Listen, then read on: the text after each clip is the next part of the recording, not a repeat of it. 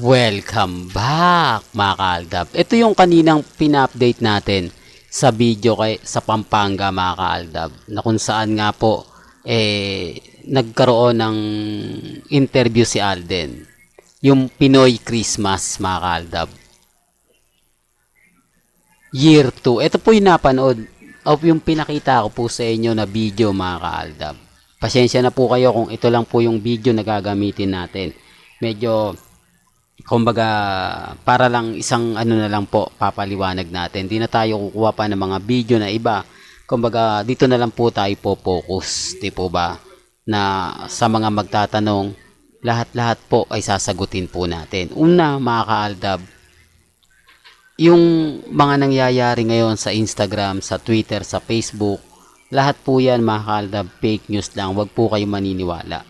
Unahin natin yung kay Alden Richards, maya na pala kay Mengay. Yung sa issue po ni Catherine, talagang ginagawa lang po nila yan para bumangon ng pangalan, para pagpiestahan. Sabi ko nga po sa inyo, paano po kayo maniniwala kung habang napakainit pa ng issue ng Katnel, papasok si Alden Richards. Kawawa naman po si Alden, no? Magiging, kumbaga, panakit butas, di po ba, para maibsant yung issue, agad-agad papalitan, di po ba? Medyo disappoint naman yun sa mga fans ng Katnel. Di, para lang klaro, di po ba? Kasi ngayon hindi pa rin sila naniniwala na hiwalay na yung Katnel. After 11 years nga naman po. Tapos papasok dun si Alden Richards. So, di po ba? Sino yung paniniwalaan ninyo? Kaya nga sinasabi ko to mga kaaldab, para po sa kaalaman ng lahat. Di po ba? Siyempre, ang daming mga reaksyon ang daming mga komento, ang daming sinasabi, halatang gagamitin na po talaga nila si Alden Richards. Sabi ko nga po sa inyo, speaking of Alden Richards, talagang siya lang po talaga ang pinagpepiestahan ngayon at talaga naman pong pinag-uusapan. Gaya po ngayon meron pong kumakalat na kumbaga post na mag-guest na nga po si Alden Richards sa Eat Bulaga, sa E80. Kung kailan yan mga kaaldab, hindi ko pa po alam, pero marami na mga post na kumakalat po. Sabi ko nga po sa inyo, dito po sa channel ni Mr. Destiny, lahat po ng mga gusto nyo pong malaman kay Alden at kay Maine, tututok lang po kayo. Di po ba? Tama naman po yung sinasabi ko Tama naman po yung mga pinapaliwanag ko, di po ba? Hindi lang nila gusto yung nagbibigay ng update. Hindi lang nila gusto si Mr. Destiny. Kasi kung titignan nyo, mainit na mainit ang issue sa Catherine kay Katnel, tapos papasok si Alden, tapos sasabihin ni Alden sa nag-i-interview sa kanya, liligawan ko na si Catherine kasi single siya, single na rin ako. Naniniwala po ba kayo? Di po ba? Sasabihin nga po ba talaga yan ni Alden Richards? Kung hindi ka Alden fanatics, kung baguhan ka lang, maniniwala ka. Pero kung Aldab Nation ka at number 1 Alden fanatics ka, alam mo yung pinupunto ko, alam mo yung ibig kong sabihin, kahit magkahiwalay po yung o hindi tayo magkasundo sa Aldab, pero pagdating kay Alden, sasabihin mo, tama, Alden fanatics ako, hindi ako Aldab, pero tama yung sinasabi ni Mr. Destiny. Tama yung pinupunto ni Mr. Destiny. Di po ba? Ito lang naman po yung kagandahan nyo po sa channel ni Mr. Destiny. Lahat ng mga gusto nyo pong mapanood, mapakinggan, relax lang po kayo. Pag may nabasa kayong hindi kaaya-aya at hindi nga po maganda, punta lang po kayo. Kaya nga po sinasabi ko to, hindi lang tayo sigurado kung kailan nga po ang guest ni Alden Richards sa Eat Bulaga, pero ramdam na, nagpaparamdam na. Ganun naman po kapag may mga update, di po ba? Gugulatin na lang po kayo. Bukas sa Makalawa, may announcement na sina Alan, Jose, Wally, Paulo na pagbabalik ni Alden Richards, o mag-guest si Alden Richards para sa kanyang promotion. Yun nga po ang family of two. Siyempre kasama niya dyan si Miles at si Sharon Cuneta, di po ba?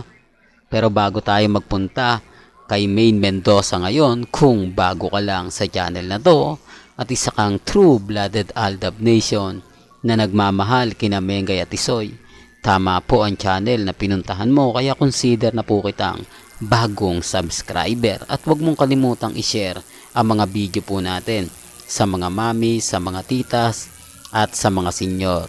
Ngayon po, ikaklaro lang po natin, wala si Mengay sa Eat Bulaga, for the record lang po. wala rin pong ganap at wala rin pong update si Maine Paul Carson sa social media, sa Instagram, sa Twitter, sa Facebook. Puro edited picture lang po yung lumalabas at mga throwback. O, nasaan si Maine? Di po ba? Kaya nga po sinasabi ko sa inyo, wala po si Congressman Arjo dito sa Pilipinas. Nasa Singapore po sila. Hindi pa po umuwi. Hindi ko alam kung ngayon pa lang o bukas sa Makalawa. Imposible naman po na umalis din si Mengay. Di po ba? Wala naman pong nakita at hindi naman po ito nakita na umalis ng bansa. Gaya nga po ng sinabi ko sa inyo, kung titignan nyo, di po ba si Alden Richards, wala man lang talagang ganap. Si Alden Richards, pansin na pansin mo na parang may mali, di po ba? Sabi ko nga po sa inyo, depende na lang yan sa mga magre-react. Depende na lang yan sa mga magkokomento. Basta sa akin, kung ano lang po yung latest, kung ano lang po yung trending, dun lang po ako. Di po ba? Tapos sasabihin nila, kumbaga puro fake news daw po yung mga binabalita ko, hindi daw totoo. Okay lang naman po yun, di naman po ako namimilit eh. Di po ba? Dito naman po sa channel ni Mr. Destiny, wala naman pong pilitan. Kung ano lang po yung latest, kung ano lang po yung trending, doon lang po ako. Kaya nga po sabi ko sa inyo, wag po kayo maniniwala na ganito ganyan. At least malapit sa katotohanan na si Mengay. Di po ba? Malamang kasama ni Alden Richards siya sa Pampanga. Oops, issue na naman yan, Mr. Destiny. Alam mo, kaya ka nababash. Kaya ka lagi na pag-iinitan dahil sa mga sinasabi mo na hindi naman kapanipaniwala. Di po ba? Nasaan ang ebidensya at resibo mo? Sabi ko nga po sa inyo, di po ba napakaraming celebration ni Alden Richards ngayon. Ang daming ganap kay Alden Richards. Tapos si Mengay naman, Pace of the Year 2023. Doon pa lang may mali na, di po ba? Doon pa lang masasabi mo na kumbaga tama na naman si Mr. Destiny. Lahat ng mga sinasabi niya, lahat ng mga ina-update niya, 101% totoo naman eh. Di po ba?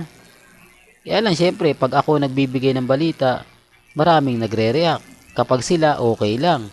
Di po ba? Yan ang sinasabi ko mga kahaldab na nakakainis din paminsan-minsan, no?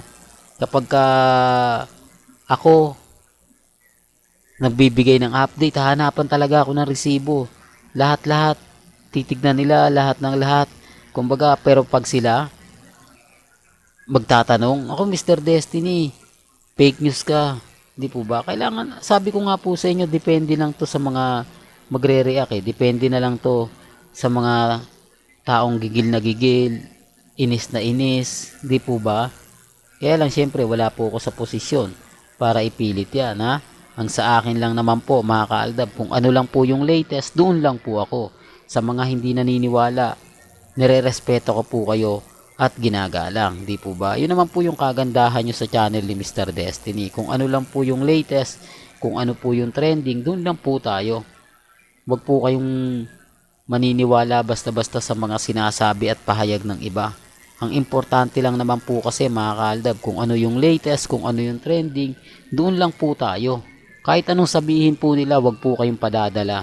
Di po ba? At si Mengay po, alam nyo na kung sino yung kasama niya. Alam nyo na kung sino yung pinupunto ko. Hindi ko na kailangan pang pangalanan pa. Di po ba?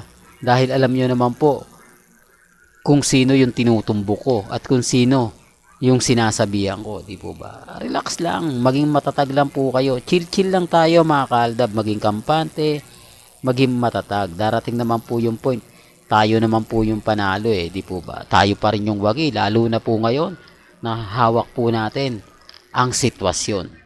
Well, hanggang dito na lang po yung updates natin mga kaaldab ha. Kaya kung gusto nyo pa po ng pinaka-latest at sariwang update, abay tumutok lang po kayo dito po sa channel ni Mr. Destiny para updated po kayo sa mga latest at sa mga bagong video po na ilalabas po natin maya-maya lang. Hanggang sa muli, salamat po sa panonood at pakikinig.